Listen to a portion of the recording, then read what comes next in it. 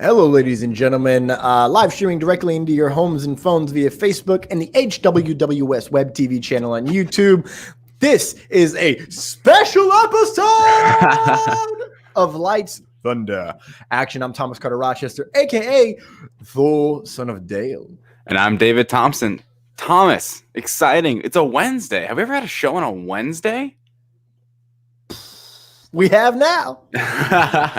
Exactly. How I you should have doing, went with yes, because time is relative, but you know, I said it too late. True. I'm good. I'm alive. We've made it. I'm not gonna lie. I've lost track of days. So the fact that you're like, it's Wednesday, and I was like, no, it's not. It's like Tuesday or Monday. What are you talking about? It's definitely Wednesday. How are you? Are we allowed to talk about what you're doing this weekend? Legally speaking. Yeah, we can. I mean, it's not. Yeah, we can. It's not crazy. Hype. Yeah, I'm excited for Sunday. It should be good. I'm gonna go to the Jacksonville Jaguars game, get a look around, and get shown some things, and hopefully it leads to something in the future. So I'm very looking forward to that. It will lead to a job. Thor is calling it. Now, I'm feeling real strong with the Force lately. All the Star Wars, like I'm listening to another Star Wars book. So I'm feeling the strength. It's going to lead to a job. They don't want you to go to Indianapolis because they know what you'll do in Indianapolis. So they're trying to hook you in, to keep you from going to the rival team. Right. Yeah. I mean, if anything, it'll be a free game and should be pretty rad. Even with all the protocols and stuff, I'm curious how that'll even look. But yeah, pretty exciting. Big weekend ahead. I mean, I'm working a lot and I'm happy to be here tonight, man. This is going to be fun. I love doing interviews. Obviously, big J journalism over here. Always like to ask questions. So yeah. And David, you've already hinted at it. What is our reason for special Wednesday episode of Lights, Thunder, Action, not Haction?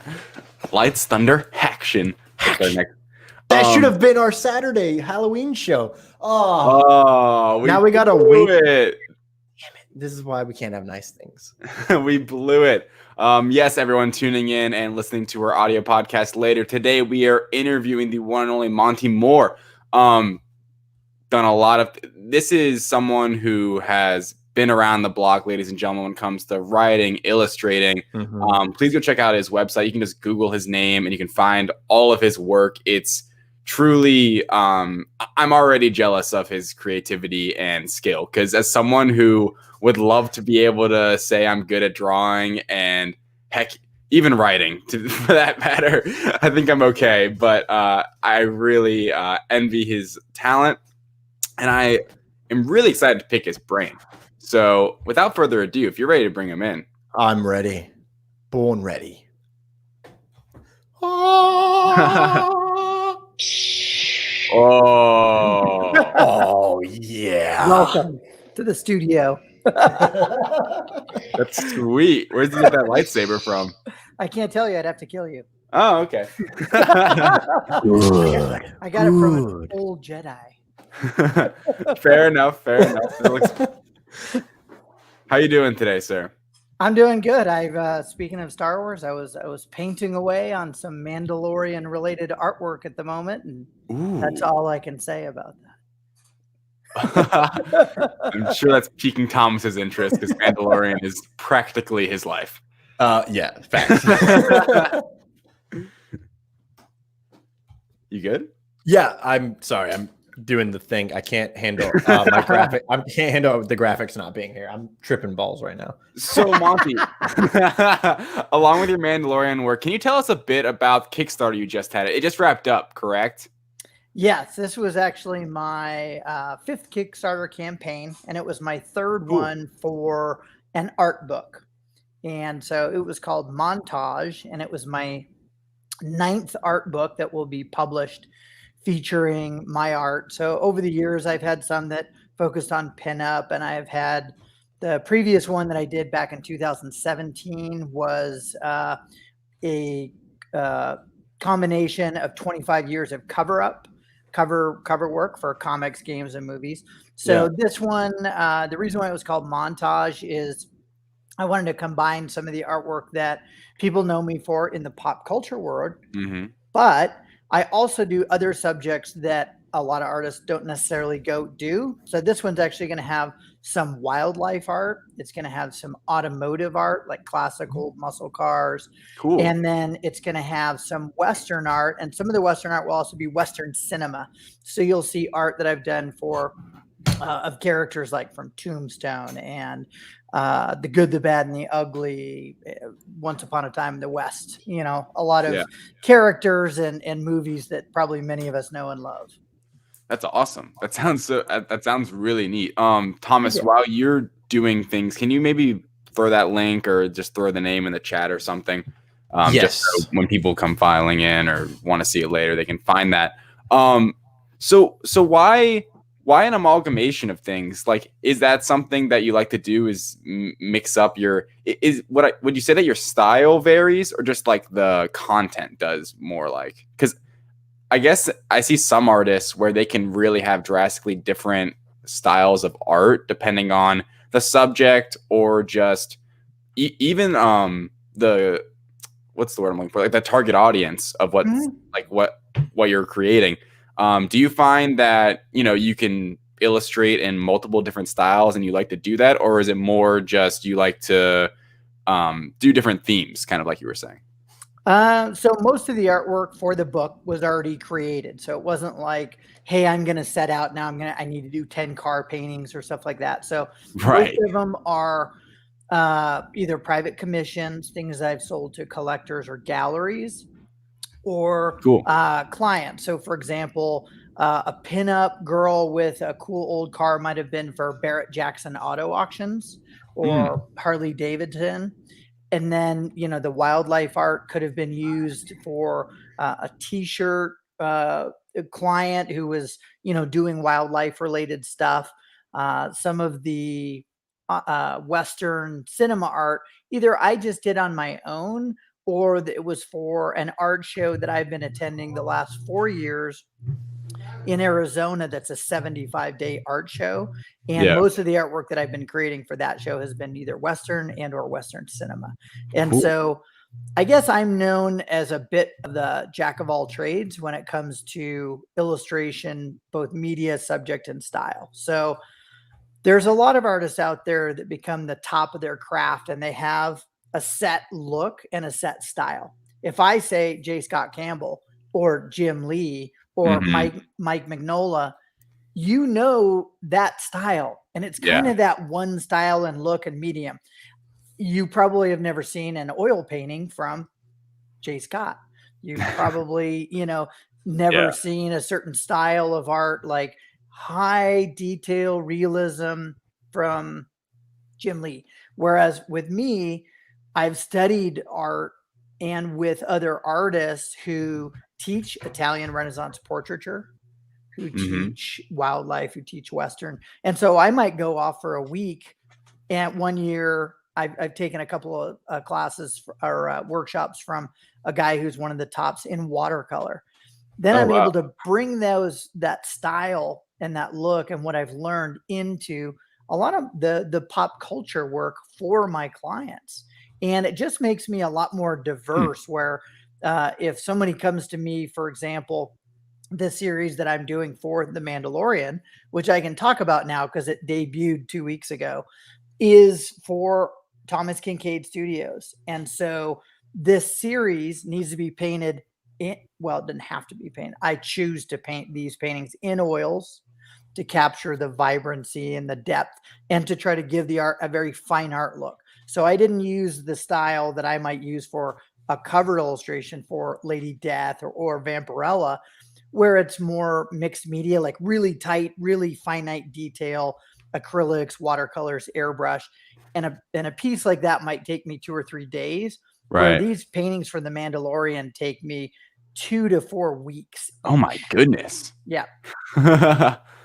That's unbelievable. So the first one for episode 1 debuted a week and a half ago on Mando Monday, and that one is called Turning Point, and that's when we first see the Mando and the child, and IG-11's laying on the ground smoking.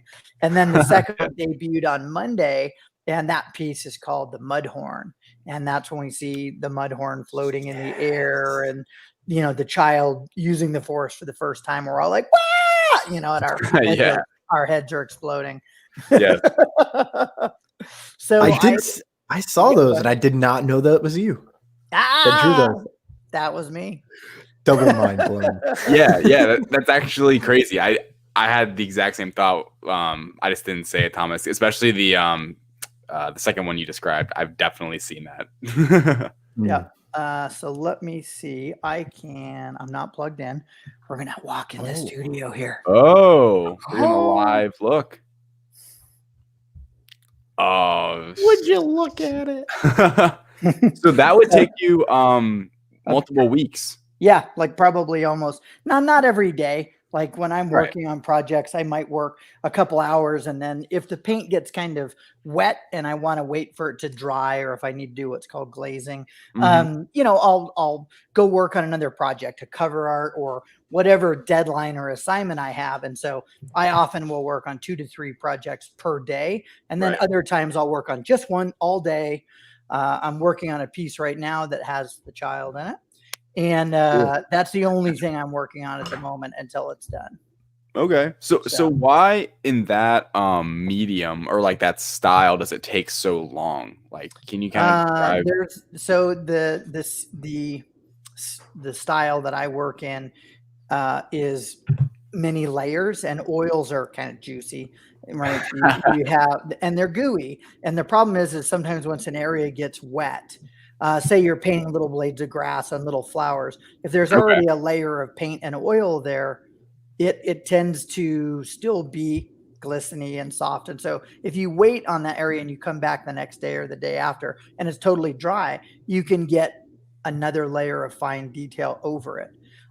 Then, for example, say a sky needs a little bit of yellow or purple in it, you take oil with oil paint and you make it really, really translucent. And you would it's called glazing, and you glaze it over the whole thing and it lightly tints it, but then you got to let it set. Right. And so to get depth and luminosity and all this kind of thing, you might have to work a sky area 3, 4, 5, 6, 10 times. So the old masters were known to do 30 to 50 glazes on fabric to get that kind of depth that they achieved. But they also worked on a piece for years. Yeah. Yeah. So tell me a little bit about your experience with comic books. Like, I don't know, just for our audience listening in, what's kind of your experience with comic books? Who have you worked with? As I think just our audience, me and Thomas, we love comic books. We're big nerds and enjoy comics and movies and all things superheroes, especially Marvel for me. I know Thomas is probably equal. What would you say you're equal, Thomas? DC, Marvel? Yeah. I had an interesting the way I ended up in comics to start with, because I grew up a big giant nerd, but my nerddom was more in the realm of Dungeons and Dragons. Okay. And I played a lot of video games like everybody else, but I really gravitated towards fantasy. It's a big fantasy art guy. I got Dragon magazine and I had a few comics, but my parents didn't really want us to have a lot of violent comics. So if they bought us a comic when we went to the store, they'd be like, well, you can have Archie or you can have Richie Rich or something like that. But I'd be like, I want the Hulk. And you're like, no, you can't have that. So we would read our friends like X-Men and Avengers and things like that. So, but when I was a senior in college, I was finishing up my art degree, and I used to love to go to the comic store to get inspired art. And I would see art prints like Olivia and Soriyama, Joe Jusko. And the manager of the store was like, hey, you do airbrush, right? And I said, yeah, that's kind of my jam. And he said, well, I know these two guys, they're two brothers, and their names are Gabe and Chachi Hernandez, not the Hernandez brothers who did Love and Rockets. And he said they're doing their own comic book.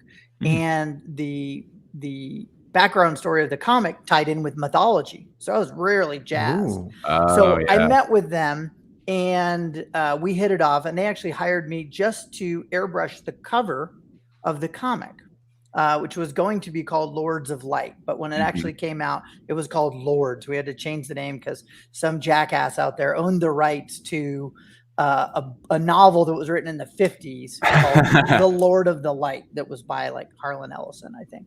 Oh gosh. Anyway, we all became friends, and they were talking about going to this thing I'd never heard of called Comic Con in San Diego. And this was 1992 at the time. And so the more we talked about it, the one brother who was also inking was using dyes to do the coloring. This is very pre-digital. And so anyway, I said, well, what if you guys don't pay me and I become part of the team and I airbrush the entire comic book by hand? Mm-hmm. And so I did that. I had to spend like my Christmas break and all the way into spring, get it done on time. And I don't know too many other people who have hand airbrushed a comic, right? Because it's crazy. Yeah. So anyway, we published the book. It came out. We printed 5,000 copies with money that was borrowed from parents. And we, trucked to Comic-Con. At the time, Comic-Con had about 30,000 attendees. So we thought, well, this shouldn't be that hard. You just got to sell one issue to every fifth person. And actually, I think we sold 1,000 or 2,000 at the show, Nice. which by today's standards would be fantastic. So we kind of got squashed on, sort of our dreams of this being a massive financial success, and the industry, which I don't know if you guys were collecting or alive in '93, but I was alive. He was not. Okay. There was a giant implosion. There was too much content, and everybody was publishing books. Anyway, so we never published another issue, but it took until 1997 when I got my first freelance gig to do a cover for a pinup for Helena, which was by a little company called Lightning Comics. And this was right when like the bad girl craze kind of took off. Okay. And it had kind of a run of a glut of books that everybody was trying to be Lady Death, but really what they ended up putting out was very poorly written, mostly poorly drawn, but very sexy content. And so people bought it. And but that lasted like anything else, like 2-3 years. And then it kind of, and there was a lot of stuff out there, ballistic comics, anything that kind of Lightning was putting out, was just it was, I don't know, it was low on content but high on sex appeal. So anyway, that helped get me my start. I then went on to do some covers for Vampirella, eventually for Chaos Comics and Lady Death at Purgatory, a few things like that. And then I started getting my first art books published. Right. And then it was 1998 when I went to my first Gen Con. And Gen Con is like the gaming convention of Comic-Con.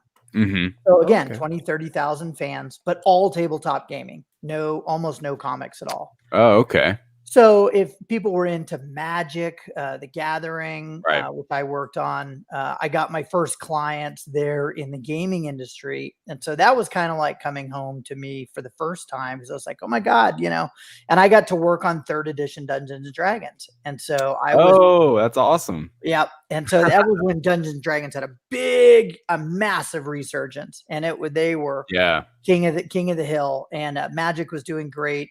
Wizards of the Coast owned the rights to D&D, and then it wasn't that long after it, like maybe 2001 or 2, that Hasbro bought Wizards of the Coast for like $360 million. And they got Pokemon and Dungeons and Dragons and Magic and all that. Yeah. So anyway, I had a pretty good run of 10 or 12 years working in gaming. We self-published some games through a company that I co-own called Mind's Eye Games. And for a while there, honestly, I wasn't doing a lot in comics. I do 1 or 2 covers a year. Yeah. And I still always went to San Diego. I never missed a San Diego for 28 years until this year. When it was canceled. And I was guest of honor at San Diego in 2001, which was kind of awesome. Yeah. And so I just kind of made a name for myself more as an illustrator, primarily for the female characters. It's what I get hired a lot to do, because I do it well. Right. It's like it's funny because I never set out to be like a pinup artist. Mm-hmm. But once you did a cover for Helena or something like that, then the next person who says, oh, you draw the female figure well, you draw hands and faces and feet and the stuff that's the hard part. I tell people it's pretty easy to draw breasts. It's like a basketball with some radio knobs, not that difficult. But the make or break thing when it comes to pinup art is all the rest of the stuff, especially the face. And so without setting out to be a pinup artist, I got known as a pinup artist, which took me a while to get comfortable doing because I was always like, oh man, people are going to think, what's up with drawing all the cheesecake? Yeah, but, right.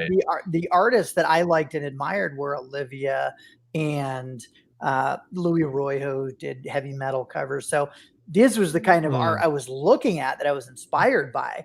So that's kind of the direction it ended up going. And then so up until recently, I have always just been a freelancer for everyone else. And there's been projects along the way. I did 10 paintings for DC Comics they had a card game called Versus.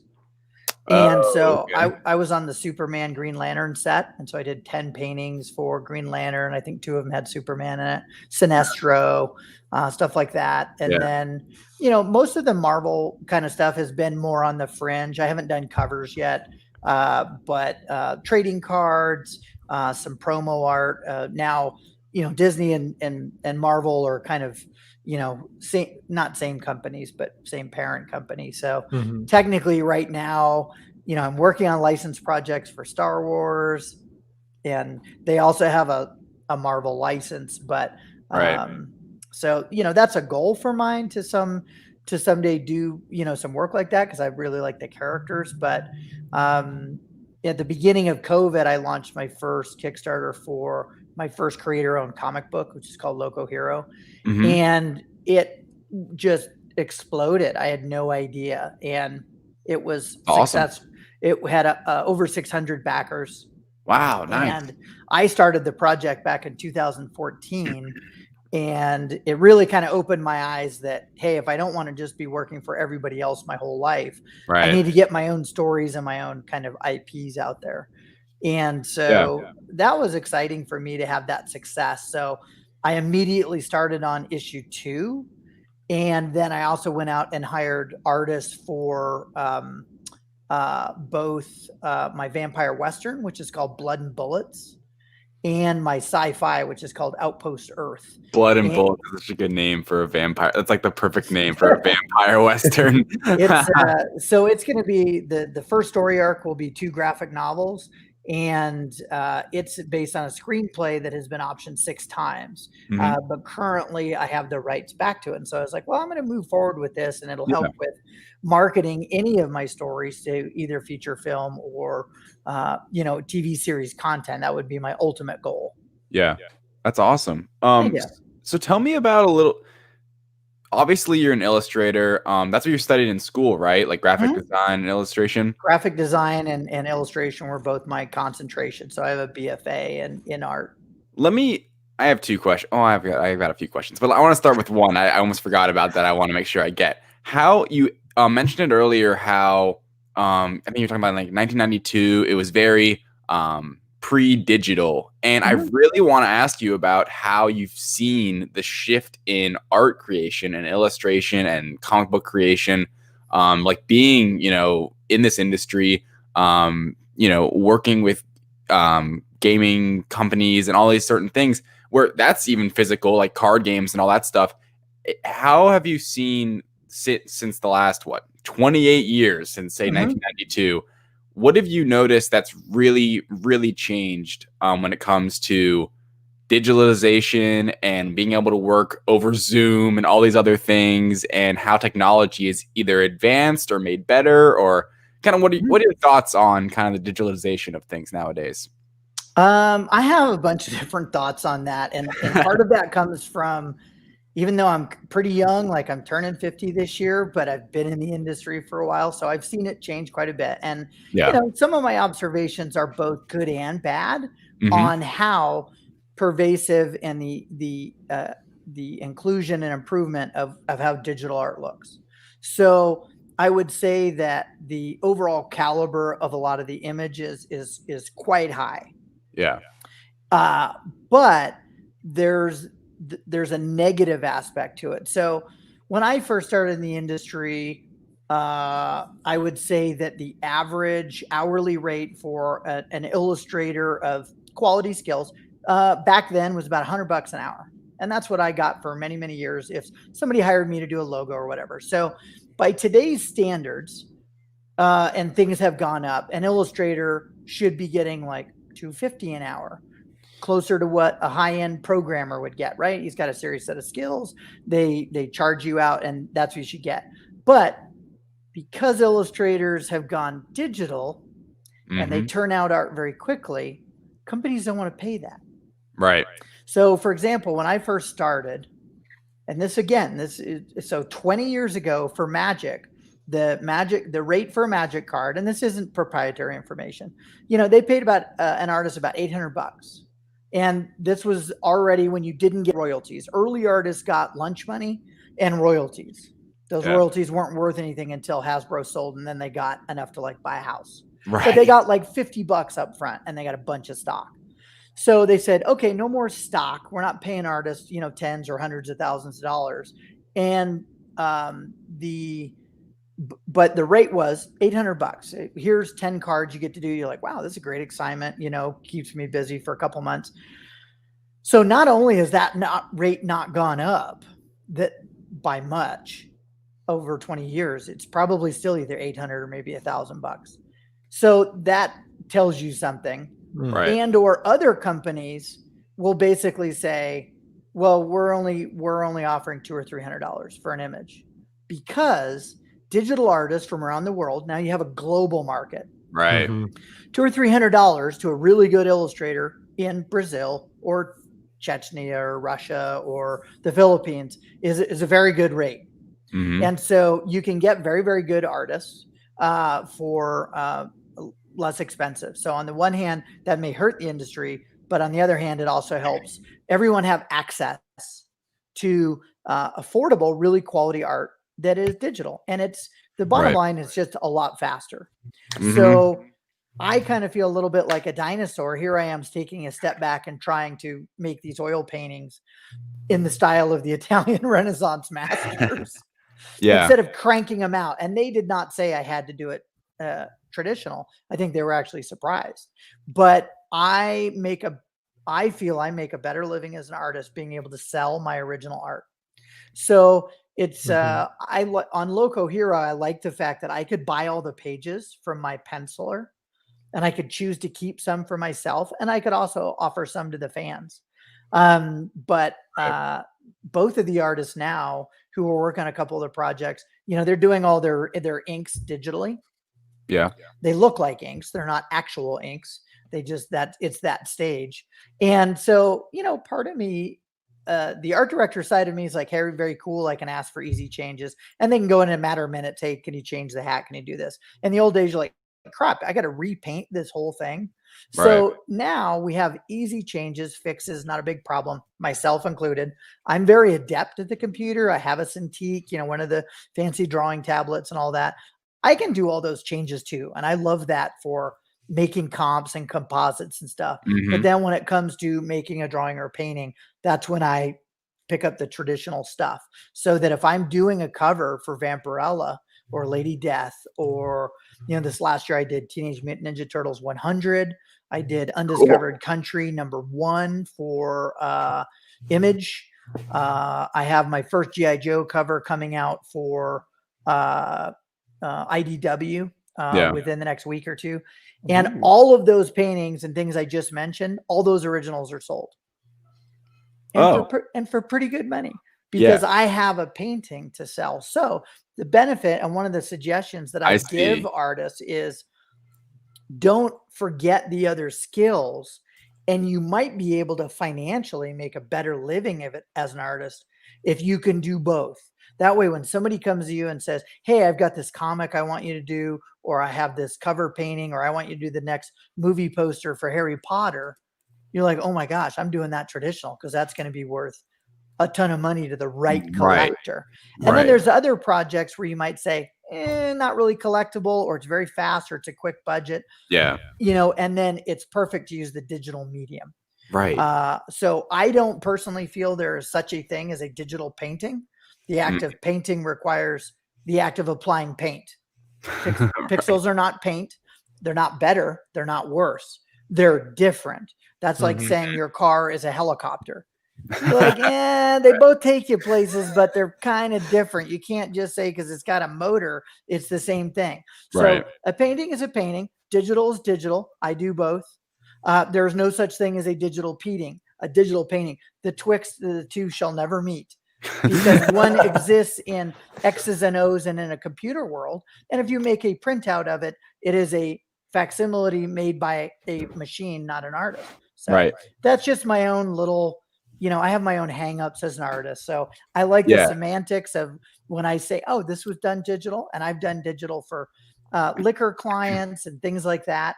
And I do traditional for others. So there's good and bad that has come with the digital revolution on equal fronts. So I wish that artists were that the rate for what they're compensated for had gone up with the quality of the images that are delivered.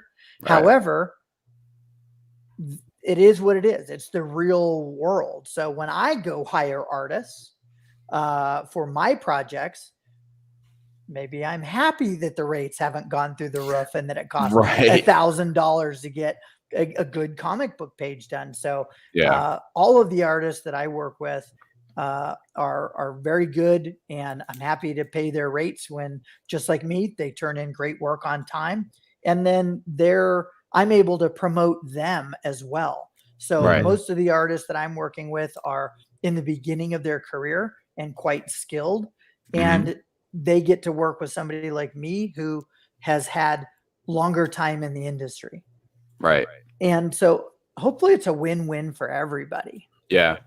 I think it's really interesting answer you had there, especially with how, I guess I never thought about it that way, where you don't have to, if it's going to become digitalized, you don't have to start there. You can sit down and paint or, draw or whatever, like a physical painting. And then boom, that's the poster for, like, the example you said, like if you're doing it for like Harry Potter, and then you can kind of double up and be like, hey, here it is, company, there it is. And then, hey, I have this, which I think is kind of brilliant. And I can imagine where if it's a major motion picture, if it's a, beloved comic book, if it's anything like that, where that could go for, I imagine, a hefty amount of money, especially because I think something that I've noticed in this day and age, and I think Thomas would agree with me on this, is that with everything getting digitalized, there's almost becoming more of a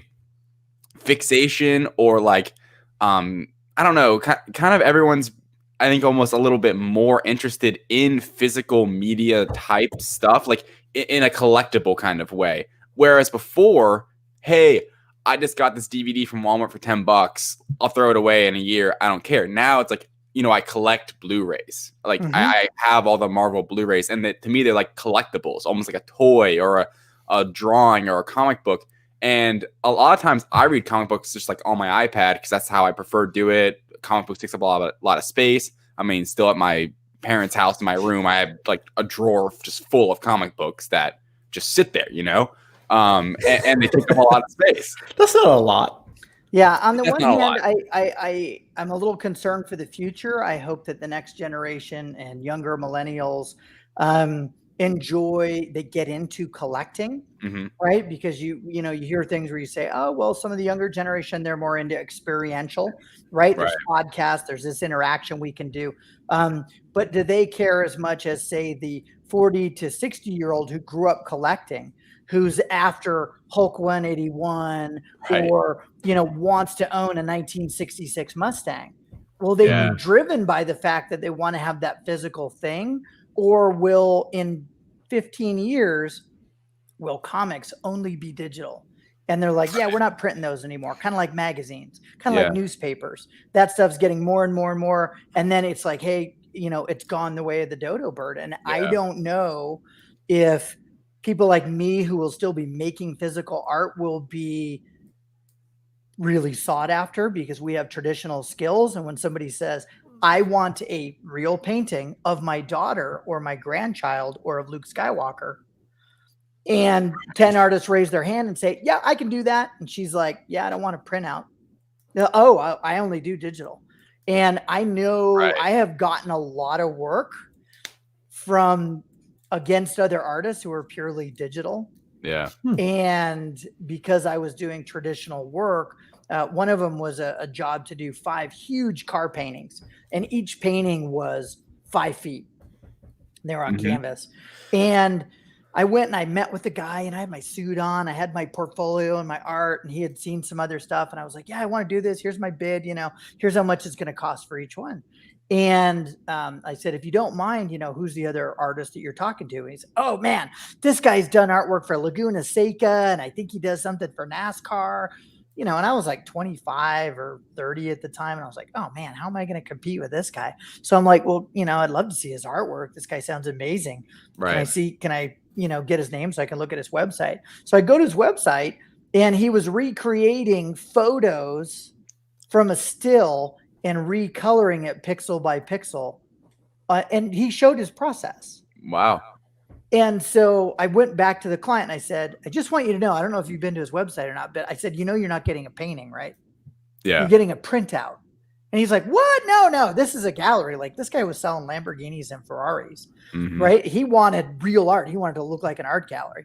And when he found that out, he was like, you got the job.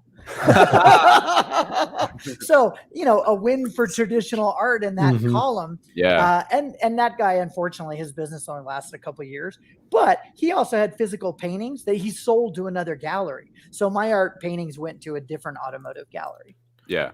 So it is interesting though. I mean, it's, wait 1 second. I'm actually going to grab something. My brother. Oh boy. Show and tell. Yes, a show and tell. My brother actually bought me this. I don't know where he got it. It's an original Spider-Man #1.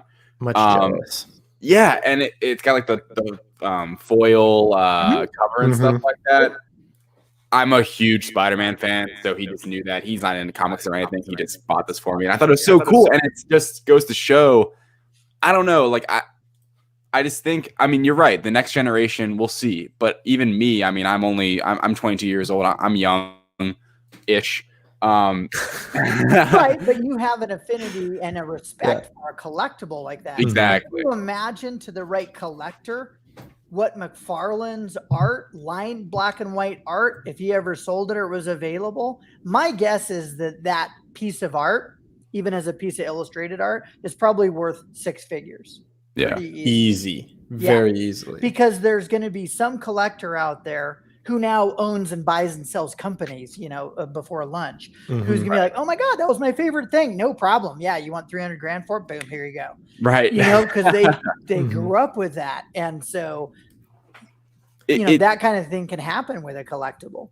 Yeah. And I don't know. It just reminds me of, I feel like there's other areas in the world or not areas of the world, but other collectible items, maybe like automobiles and stuff like that, where as time goes on and things get faster and cheaper, the older, more old-fashioned, old school kind of like down-to-earth way of making something that's really real, I guess is what I'm trying to say, is more not sought after like as many, but the value of it is higher. I think that's pretty much what you're getting at, where like you were saying, he had the car show. He was wanting real paintings, right? Like, and there's something high scale about it. And it's interesting to me. I mean, especially with when I think of comic books, everything nowadays, just in general, honestly, comic books just seem fast, quick, like pump out the art. I can't imagine in most Marvel, DC designers are hand doing those, like are doing those physically, just because they pump out so many comics. Yeah, I would say most likely only the penciler, if he is, and he might be the traditional guy like Ron Lim or somebody like that, probably still enjoying it. And they, when you can take those to a comic book show and have a stack of pages next to you, you could make more, more bank at a show. But for speed and for ease of use, a lot of artists have said, nah, I'm just doing digital when it comes to that. it's hard to say where that's going or what it'll be, like in the future.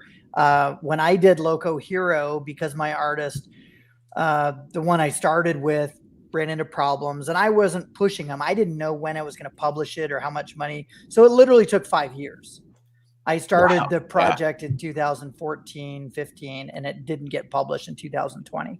Now my goal is to have the next one ready in 6 months. But Marvel and DC are turning out, projects every month or every other month. So, there's artists who are like, hey, you got to draw a page a day, right? They do a page every day. And, they make their rate and they make a good living. And then as soon as those pages are done and approved, they're going to the colorist, then they're going to the letterer, then they're going to the editor. And, it's a production line. It's a team effort.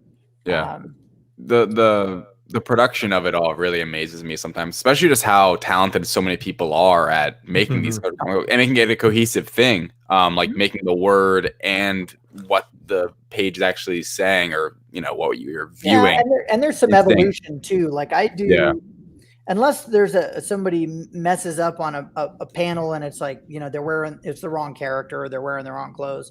Right. But for the most part, I don't even do really tight breakdowns and give to my artists and say, here's what happens. I literally just give them a description and I say, Bob walks in the room and has this conversation. And that way I'm giving my artists complete freedom for their storytelling, because I'm an artist. I know what it's like to, on the one hand, they're like, hey, give us a Vampirella cover. And I'm like, what do you want? They're like, whatever you want. So there's no direction. And then I've also had other ones where they give you 3 pages and it has to have all of this stuff. And you're like, oh my God, there's no creativity here. Right. I literally have to do this is here and this is here, and it's really not very fun.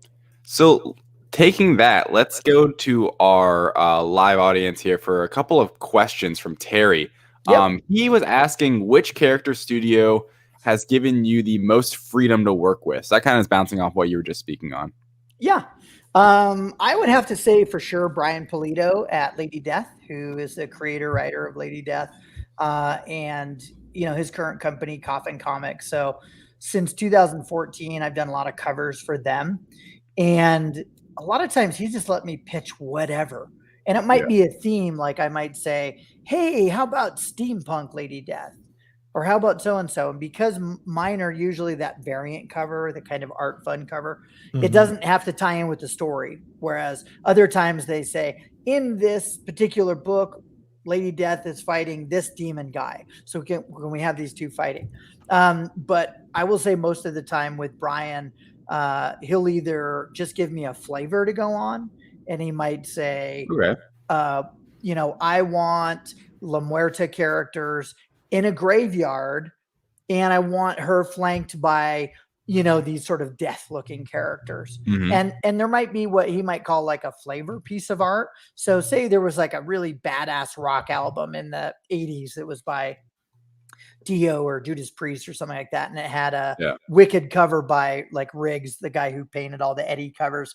You might include just a couple of pieces of flavor art, and they're not saying do this, but it gives the artist an idea like, oh man, so you want like gooey zombies or you want this. And so it's always nice when there's a small starting point or a push in the right direction. And then it's be free and come up with stuff. Whereas I can remember one of my Star Wars clients years and years ago, we did camping chairs for, this was a time when like Clone Wars was coming out and Rebels, and it was post prequels, and everything was just very, in a box. This is what you're allowed to do. And you had to mostly work with images that were provided by the archive, the Star Wars archive. And so you knew the parameters that you had to work in. And we did some very cool designs. I did the Star Wars R2-D2 chair where the whole chair looked like R2. Cool. But then there were some other things, like I pitched doing a painting of the full-on Hoth battle scene. I wanted like snow speeders and walkers and all this kind of thing. And they're like, yeah, no, you can't do that. I was like, really? That'd be like legit. Yeah. That would have been the one I bought. Right. I almost got the R2-D2, but that I'd have been like Hoth. I should sit in and on Hoth.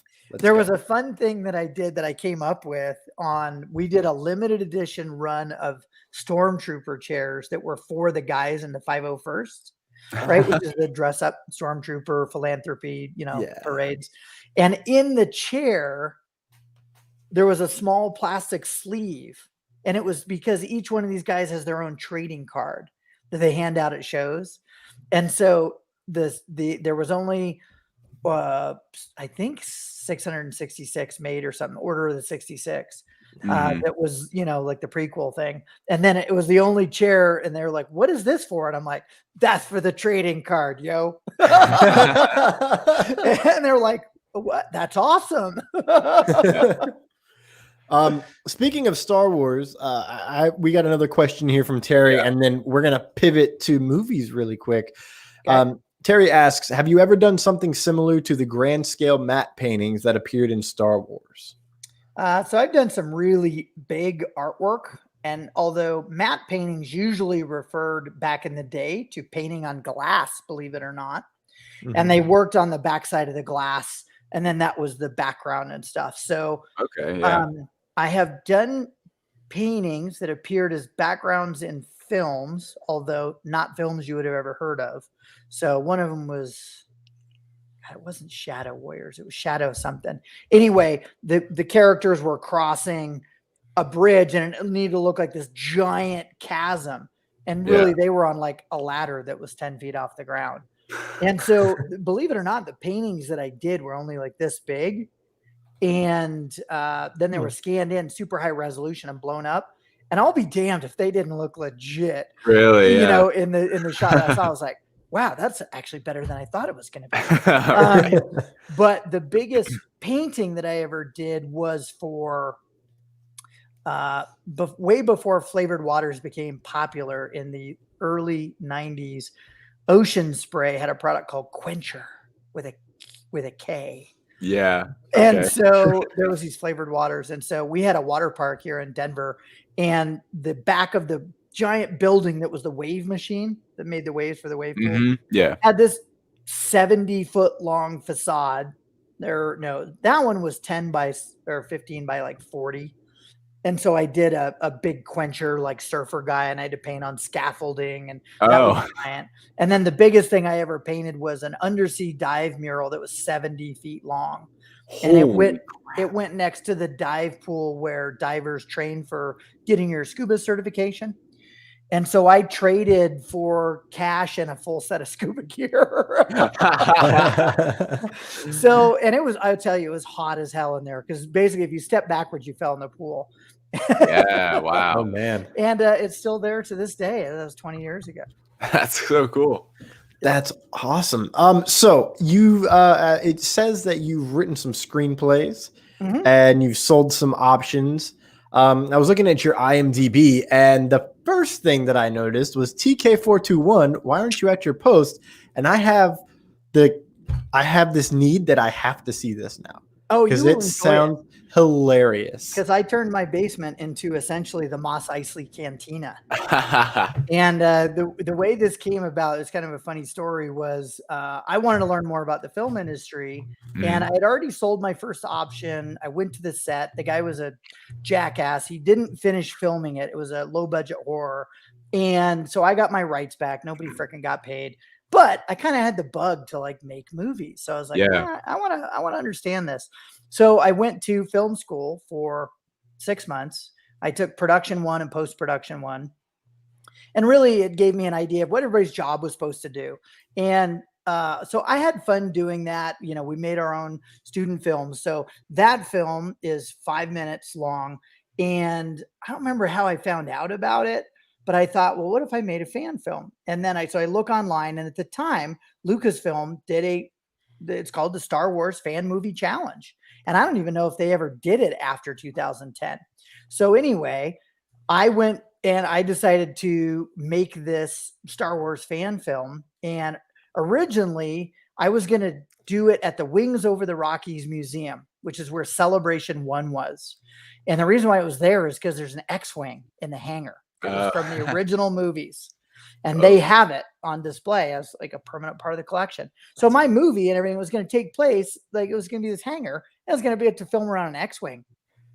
So I call him up and I'm like, hey, I want to do this, and I had filmed a couple things before where I brought in a motorcycle and filmed in front of a bomber because I used to paint motorcycles as well.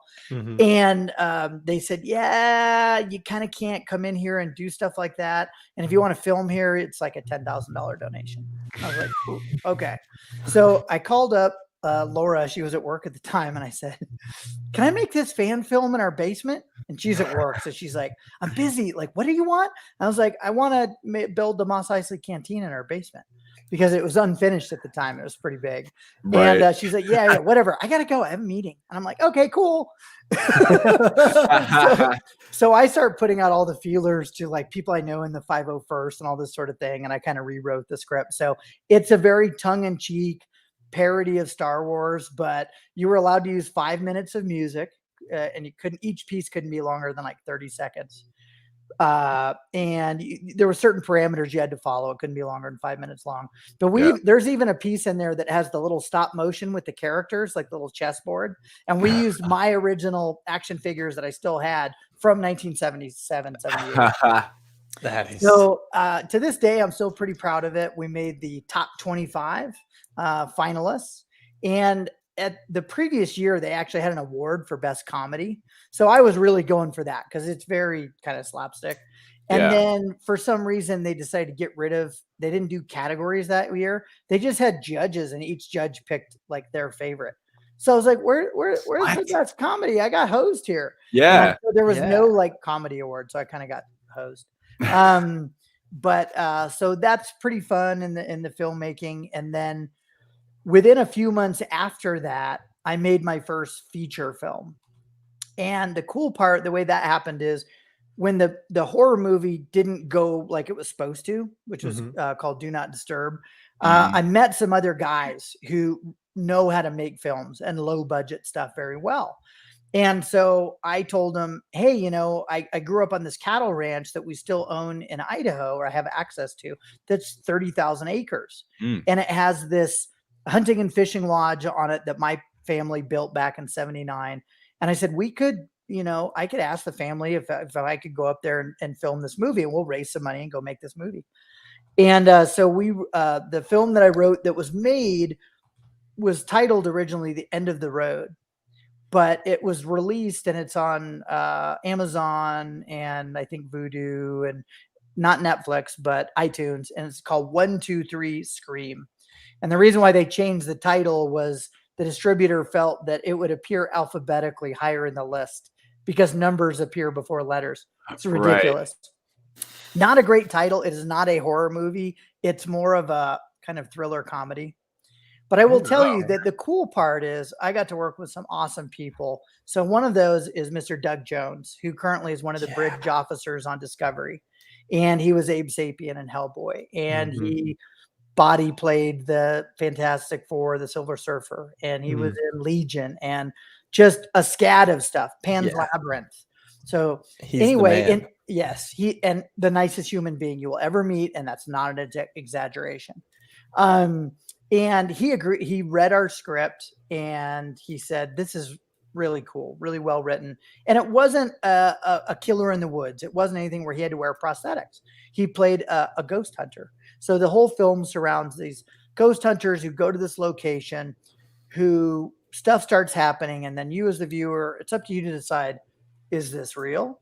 Is it real supernatural or something else happening? Right. And that's all I'll say. So the good news is we got it filmed, got it made, got into distribution. I think we got into 6 film festivals and won 5 awards.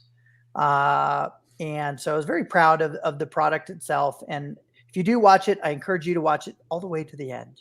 And that's all I will say. And then the funny part is Doug was not in Star Trek at the time, right? Because Discovery is a new thing. But the other 2 actors of note, 3 or 4, there's 3 or 4 actors of note, but 2 of them, Robert Picardo and Michael Dorn. Robert Picardo played the Doctor in Star Trek Voyager, and Michael Dorn was Worf in Star Trek Next Generation. So now we've actually got this movie that's got 3 Star Trek alumni. And also has, and these are, some of them are smaller roles, some of them are bigger.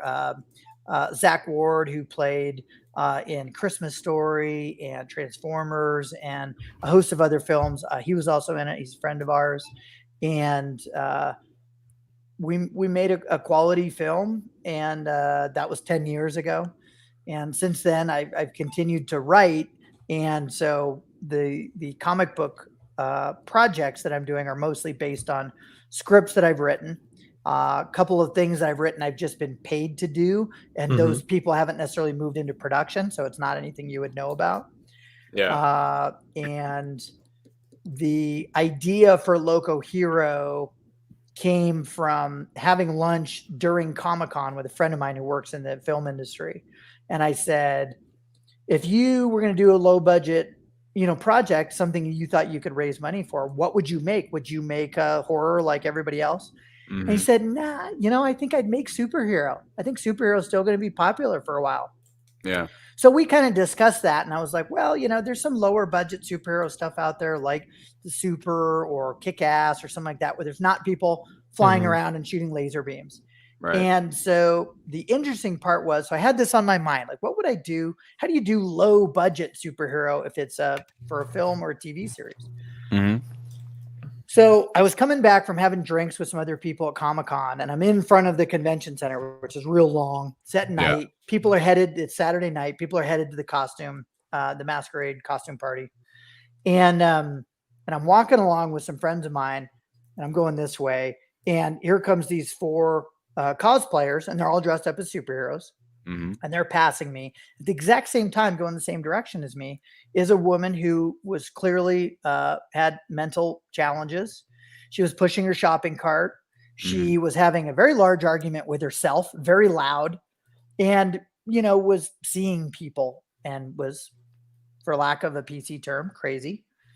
And I came up with the idea of having a character who dresses like a superhero, thinks she's a superhero, but actually lives on the street. She's homeless and only thinks she's a superhero. She does not have any powers. So Loco Hero, she's a Latina. She's an ex-war veteran. She's an ass kicker. And she thinks she's a hero. So Brilliant. Until you read the story, I didn't get one review that from people who read the story after it came out. The only bad review said, wow, you left me with a cliffhanger. I wanted to know more. And, because I left it as that way. So the first issue, which is 48 pages. Right. Long comic. Yeah. And I took a page out of Brian Polito's book there. Most of the Lady Death books he does now, they're 48 pages instead of 24. They're more of a graphic novel.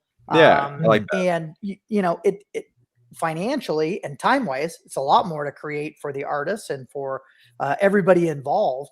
But I think it's just a better way to say, hey, this is a nice collectible. It's a bigger, thicker book. Right. That's the approach that's been successful for Lady Death and Brian. And so I look to him as a mentor in many ways. And so I take a page out of his book when I can. Can people still get their hands on Loco Hero today? Yes. So we actually had Coffin Comics do our fulfillment for us because we had several thousand books to ship out. Yeah. And so we overprinted everything that we needed by 10%. He said, you got to plan for damage and things like that.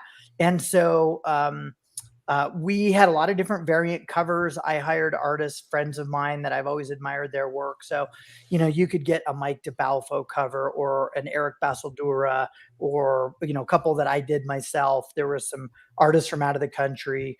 And so emerging artists as well as your really established top tier guys. Yeah. And so I have not offered them for sale, like per se on a website, but I have just done inventory last week, and we probably have 100, 200 books left. And so most of the books are available that we have, 3 to maybe 15 copies of for that. And then my goal is to then move to Indiegogo to do more of a campaign where we won't offer all the same books. We won't be reprinting all of them, but I'll select 4 or 5 of them. And then there'll also be a couple of new offerings. And because that book came out at the very beginning of COVID and lockdown was coming down like an iron door, Right. there was people who didn't have the opportunity, or they, their job was unknown. So they weren't able to back it. And I don't want people to miss out. So none of the first books that were published, although we printed limited copies, they're not individually numbered as a limited edition. It's just that they're harder to get your hands on. So we will, some of those books will get reprinted, but they won't, on the back of them, there was a special backing that said Kickstarter first edition. So that wouldn't, those books will all be just part of Kickstarter first edition. And those are the remaining copies I have here. And so they range from like $20 to $50 per book, because some of the ones that were really limited, that were a hollow foil cover, and, came with stretch goals and stuff like that. That was the sort of collectible price point on those. Cool. Gotcha. Sounds awesome.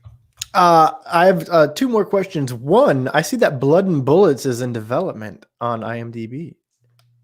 Yeah, so that they probably haven't updated that. So it was optioned 5 or 6 times by a producer who has done a number of films, Nancy Chris at Nandar Entertainment. And so I think their option has been expired for probably about a year. But IMDb is notoriously slow about updating stuff. So I'll probably just leave that there. But currently I own all the rights to it, and I could have done a comic anyway. So it's good PR for me that it says it's in development. Yeah. Hey, if it ever ends up getting made, I'm always down. I'm an actor. I don't be loud and proud about it, but I'll be a vampire. I'm pale. Look at me. And then who do we have to petition for you to do an official poster for Mando? Yeah. Like, who do we contact? Because I need you to make a season 3 poster for the Mando. Season 3? It's not even out yet. That's okay. And we all know it's coming. They already confirmed that they're filming starting in I would say you just months. have to stay tuned, because when it comes to that stuff, unfortunately, you have to have a license for it. But I had a conversation today that basically indicates that the work that I've done so far, they've been happy with, and that is going to continue. So in a best case scenario, you will see a painting from every episode from me. Awesome. David, call Bob Iger, get him on the horn, tell him we want him to do a poster for every season. All right. The poster that comes out. Every episode. So now 8 for every season. Even better. What he said. I just don't know if I can afford all those. That's okay. I'll finesse it. I will tell you that the cool thing that Thomas Kincaid Studios has done with the release of this is they have made the prints and their products available in a wide variety of sizes and prices. Now, in the past, some of the prints that came out, because they have a license for Disney, for DC and Marvel and Star Wars. And, sometimes it's like, oh gosh, a print, a fine art gallery print. These can be hundreds, if not thousands of dollars. But the cool part is, even for my first one, Turning Point, you can start out at like $29 and, up to like 50, 60, 100, 200. And it just kind of gets bigger, but you can get prints on like a cool metal box. You can get, smaller fine art prints, that are perfect sizing, and they're not bank breakers. They're awesome for gifts for yourself or other people. So if you go to Thomas Kincaid Studios and you search Thomas Kincaid, Monte Moore, Mandalorian, you will find the link. And it's also on my page and on my Instagram, which is called Mav Arts, which is my website is Maverick Arts. So Perfect. I didn't even have to ask you where everyone can find you on social media. You're such a professional. You snuck it in there. I'm not new to this. It's not my first rodeo. Yeehaw. I don't know why I became a cowboy all of a sudden, but wow. Holy crap. An hour just flew by. It's the fastest hour of my entire day. Monty, thank you so much for joining us. You're welcome. Definitely will have you back on. You know what? Are you watching Mando season 2 currently? Yeah. Okay, I figured, but I didn't want to assume. Actually, as I was painting today, I was rewatching episodes 3, 4, 5, 6, and 7 of episode 1 or season 1. Yeah. But yeah, I watched the latest. episode 1. Dropped last week. I loved it. Yeah. Yeah, Boba Fett's armor. Are you kidding me? That was legit. Right? So where I went to 3 different thoughts at the same time, and I diverged. We might have to have you on at the end of the season for like a recap of Mando.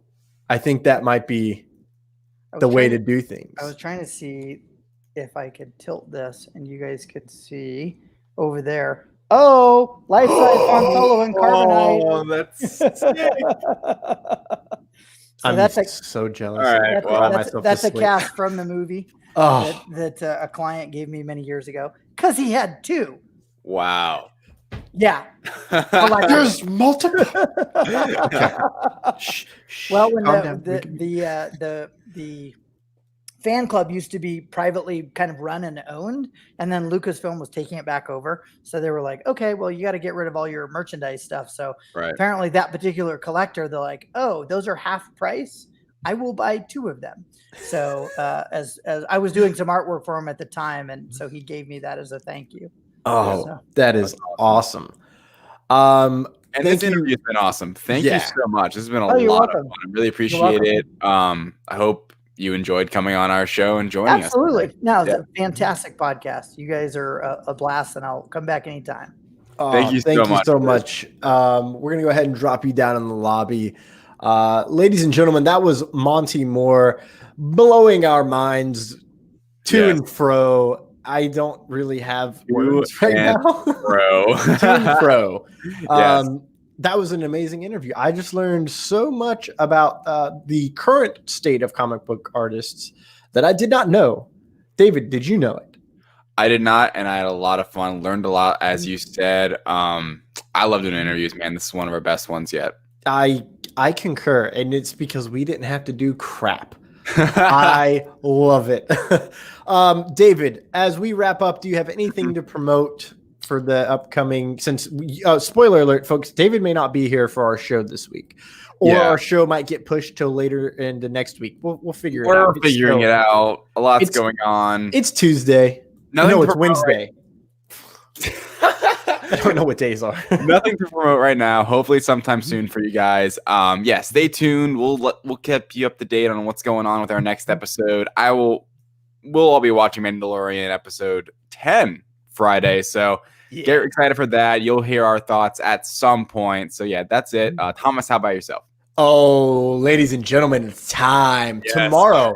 Oh, you know what? I should have known today's Wednesday because I knew that tomorrow is Thor's Day. Should have had a V8. Ladies and gentlemen, I'm so excited. The bug is back. I don't sleep anymore. Thor Watches the Mandalorian Season 2 will be live tomorrow morning at 9 a.m. I'm sorry, it's not going to be live. It'll be premiering tomorrow at 9 a.m. Eastern Standard Time on my Facebook page. That is at Thomas Carter Rochester -actor. It'll also be on. I'm bad. I need my cues here. It'll also be on my Instagram at Thomas Carter Rochester, all one word, no hyphens, no spaces, and my YouTube Life of Thor. And if you go to my Twitter and you can't find the others, I'll post the link to the YouTube on the Twitter. It's good. I normally hate everything I do right off the bat, but I filmed this in the shortest time I've ever done, and I've edited the entire thing in the shortest time it's ever taken me. So I'm very excited. There's a lot of fangirling. I might have broke my mic at one point. If you can find that little Easter egg, by all means, I will give you a very crisp, solid high 10. I'm going to stop talking about it because I'm excited, and it's 48 hours until I start episode 2. Yep. So it's a mild grind. Everyone go check it out. Since it's going to be Instagram, YouTube, and Facebook. So all over the platforms, whatever one's easiest. Go check it out, guys. Thor Watches is back, and I'm sure better than ever. I don't know if it's better than ever, but it's definitely better than I thought it would be. Better than ever. Plus. Better than ever. Ladies and gentlemen, thank you again for joining us on this very special Wednesday episode of Light Thunder Action. We will see you either in 2 days on Friday or on Monday or never. I don't know. We'll see if the world very explodes. soon. Have a good one. Bye.